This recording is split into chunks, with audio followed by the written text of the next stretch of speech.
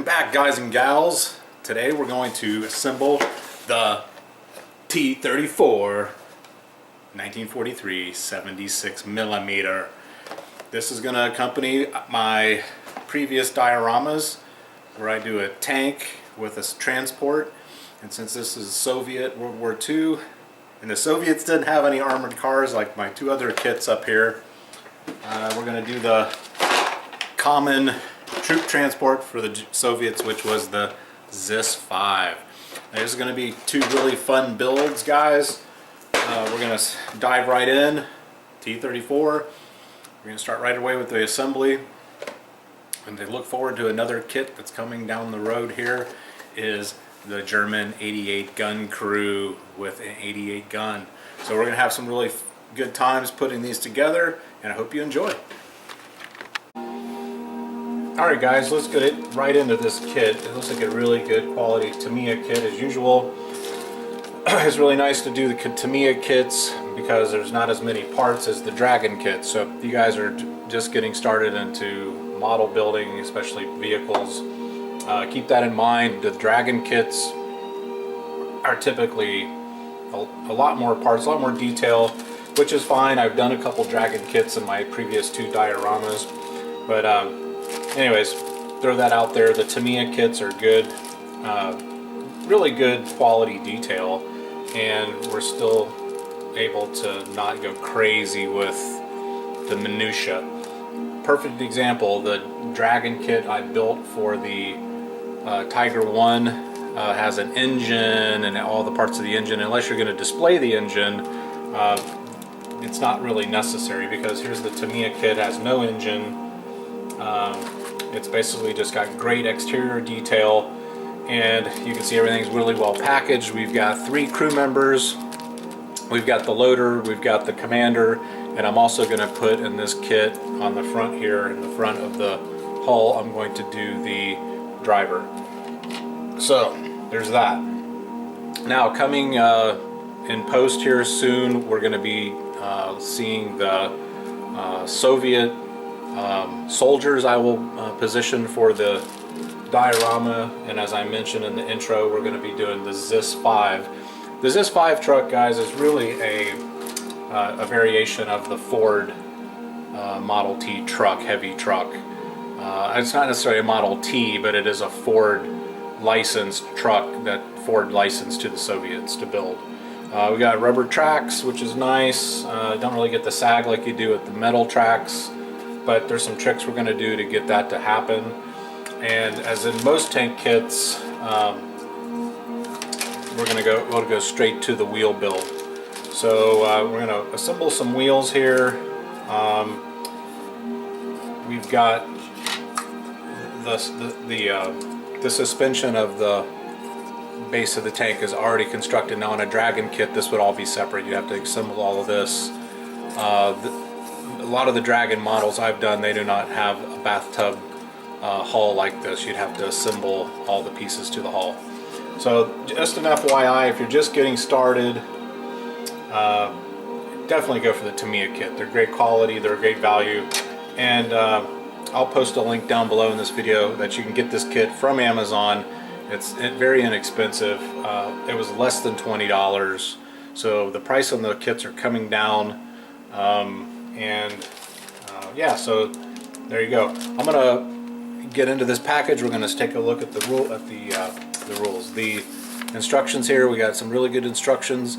I will pair up the wheel kits here with the number of wheels, and we'll start gluing them down. Something else I'm switching to for my model builds is the Tamiya thin cement. A lot of guys love using this, and I'd like to give a definite shout out to Andy's hobby headquarters down by Phoenix, Arizona.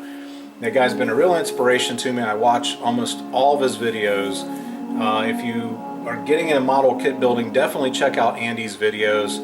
He has an amazing series of videos on building all different types of vehicles, planes, ships, and also good airbrushing tips. Alright guys, we're going to get into these wheels, and I'll be right back and we'll show you some assembly of the wheel kit.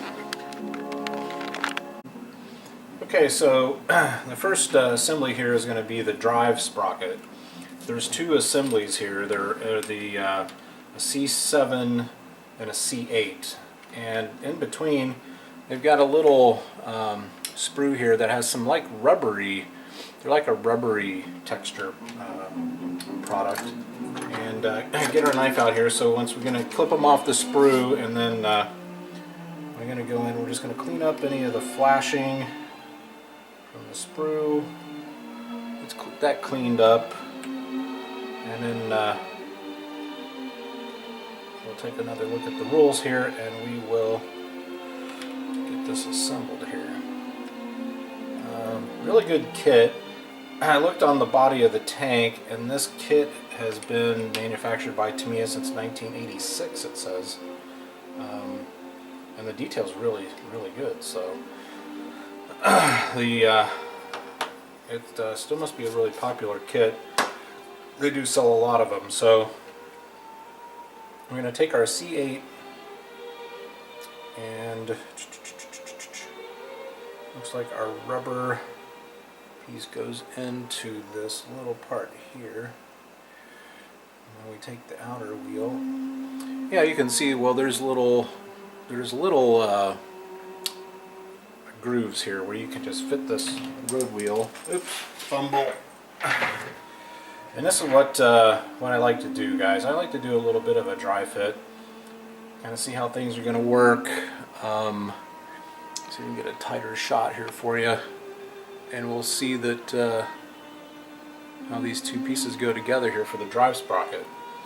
So I'm just going to apply a little glue right on the inside here, and Andy's Hobbies headquarters, this is what he uses a lot. So this is something that a lot of modelers are using, and you won't have to deal with the super glue as much. I'm going to try using this and see how much I like it. It seemed like it really does set up quick. So there's one wheel assembled. We got our next wheel. We got our little rubber insert we're going to put in there.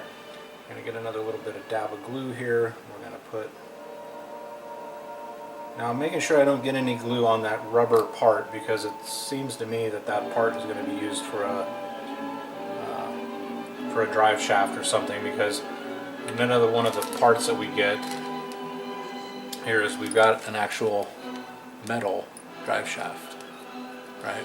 The screw. So I can tell with this kit, when you're looking at the inside of the pan for the model, you can see there the battery symbols.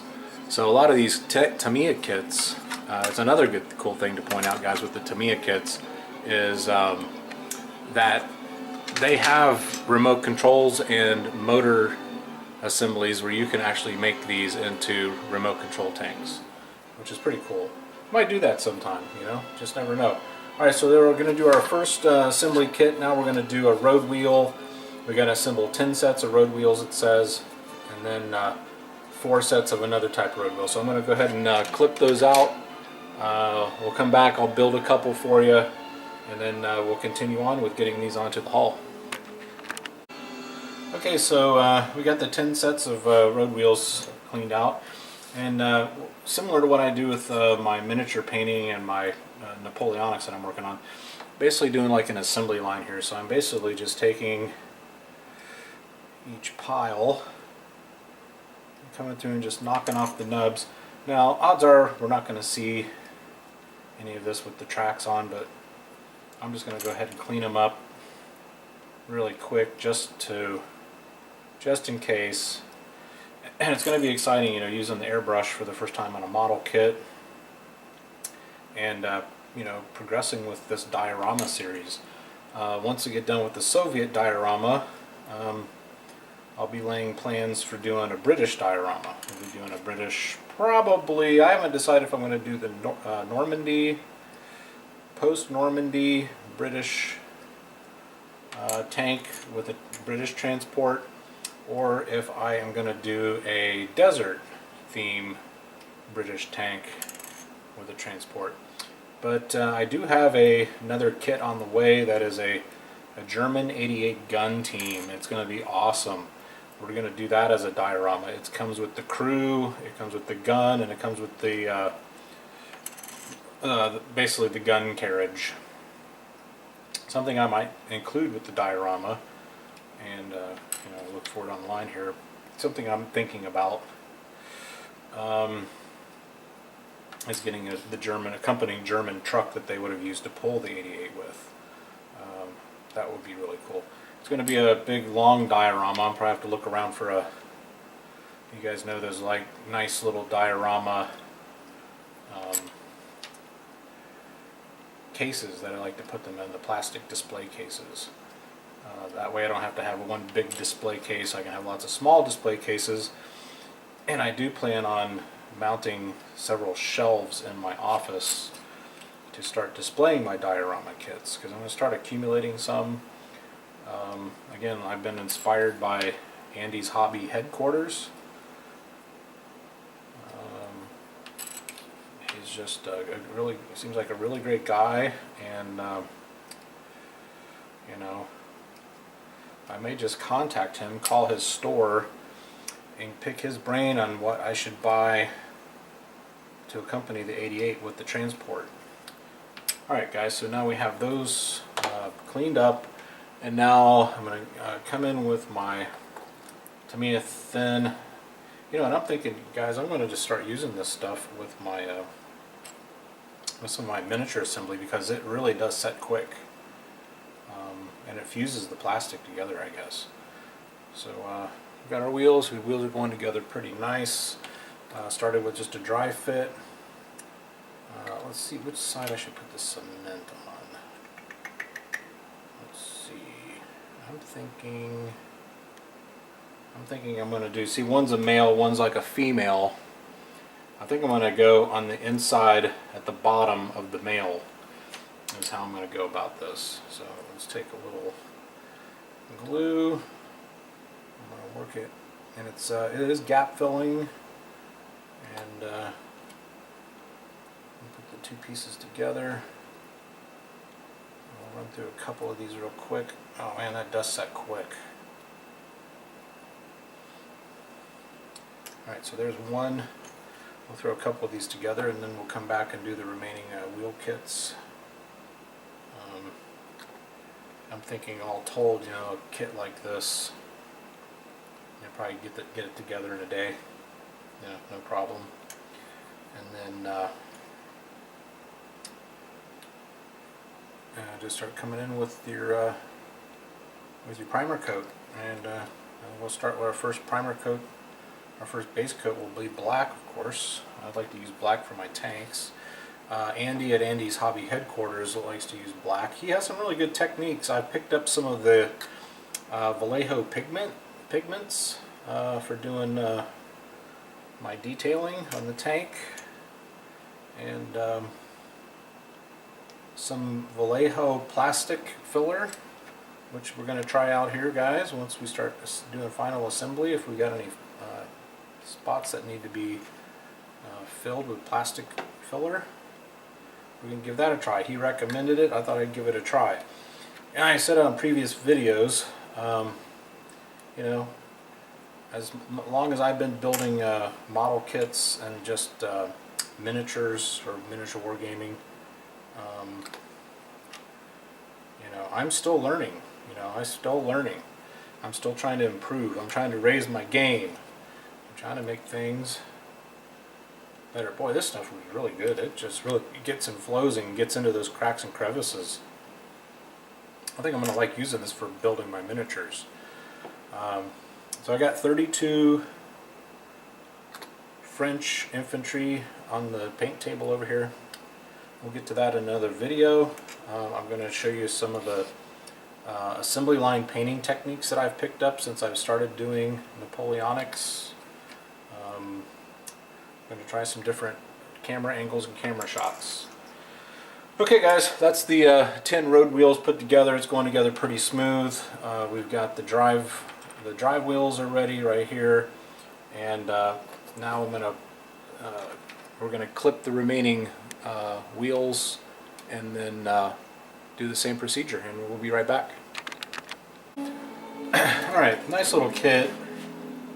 got the wheel assemblies here. Now these little rubber pieces, they're like little rubber plugs almost. It's pretty cool. You don't even have to use glue. You can tell obviously that this kit was set up to be remote control, and the wheels are set to basically free spin. You can glue them, I guess, if you want to. I'm probably not. We got our tools here. We're going to go ahead and get some of this lower hull assembly completely finished. I can't say enough good things about this glue, guys. I really think I'm probably going to, as long as I've used Bob Smith super glue, I'm still going to keep super glue in the shop, obviously, but I gotta say, this Tamiya glue is amazing. So let's go ahead and we're going to put on this front piece, and it sets really fast, and it gets into those nooks and crannies like you would not believe. So it's always got some sort of a surfactant, and like I said, it's got some gap filling properties too. So I'm going in with this brush. Is really nice. I'm really liking using that brush. And let's just hold the pieces together, and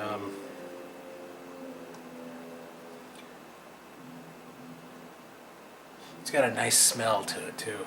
That chemical smell. Gotta be in the chemical fertilizing business. I really like that. Here again, this is Andy likes to use the filler, and I've got it handy here. I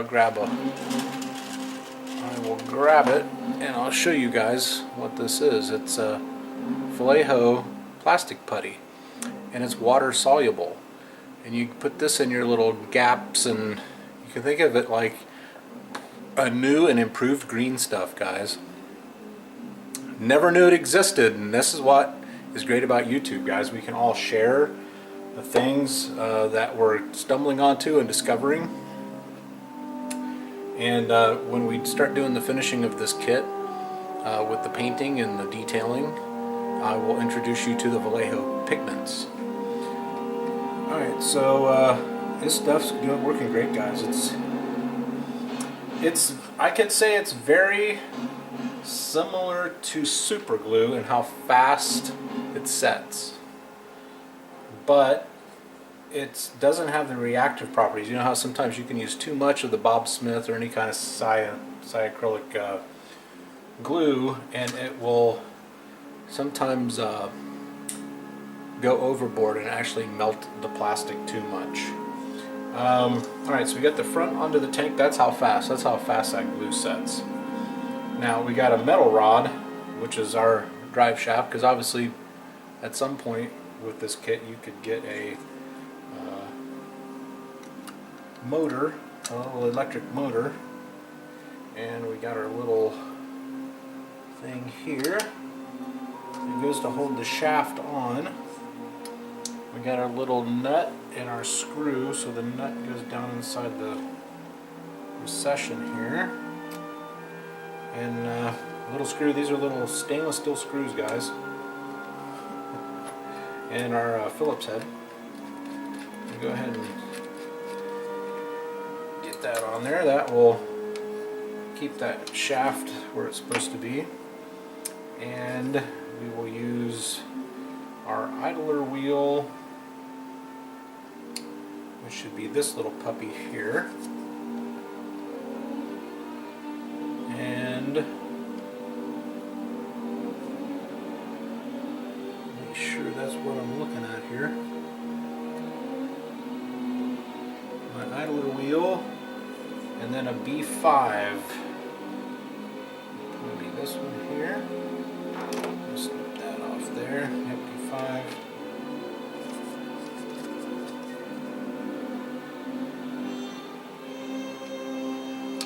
Put that on there.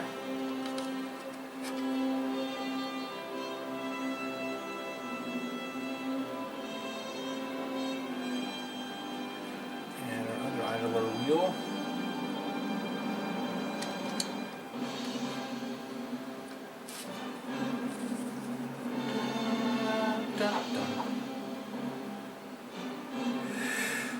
there's also a B4 alternate. So let me experiment here. Let's see if this will actually work better.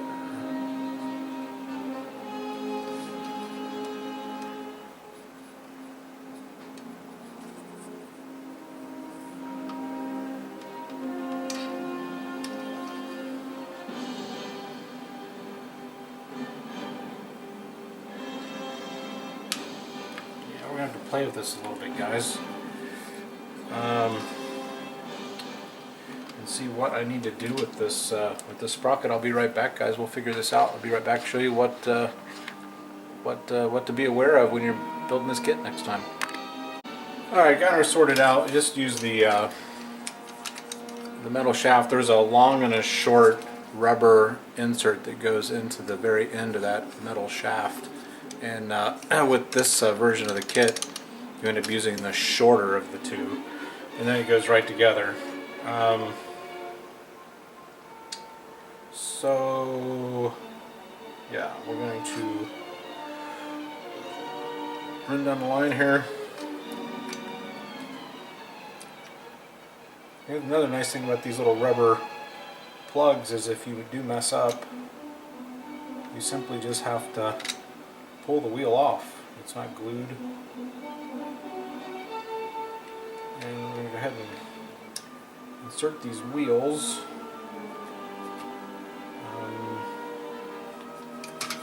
So looking at my diagram here, the first, second, and one from the rear. So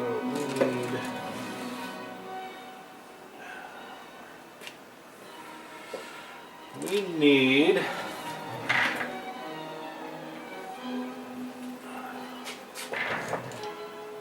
so this would be the front of the vehicle, I'm imagining. Yes, no? No, this is the rear of the vehicle. This is the front of the vehicle. So the rear of the vehicle, based on the diagram, we're going to want to use these wheels next in from the rear.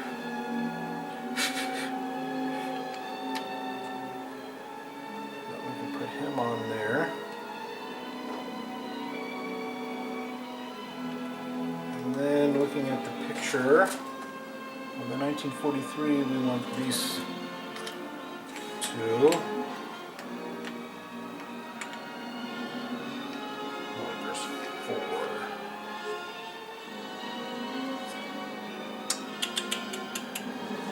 Yes.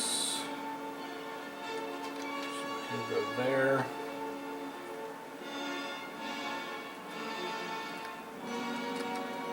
The difference being between these two wheels, guys, is this one, you can tell, almost has like a rubber, and this is just steel. So you know what the Soviets did to cut down on the amount of rubber that they needed to go on their tanks? I'll get more in the shot here. The wheels with the rubber are the first after the two drive sprockets, so one in here and one in there. Since you only have four of those, and then the rest of them get the regular steel wheels, and that was a way that they could cut down on the amount of rubber that was going into using in their tanks, because it was in short supply obviously during the war. So again, here we go. I'm building a model kit, and I'm already learning a lot about how the war powers used their materials wisely. Suppose I got one more of these here.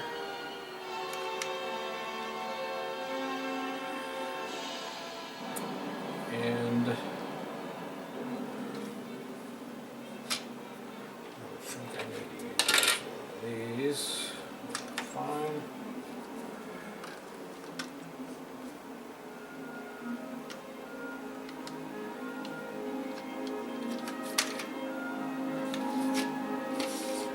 Alright guys, the kit is going together, so I'll be right back and we'll show you how we're going to do the nips and bobs for this lower hull, and then start, I think the next step is going to be on the driver's cabin seat.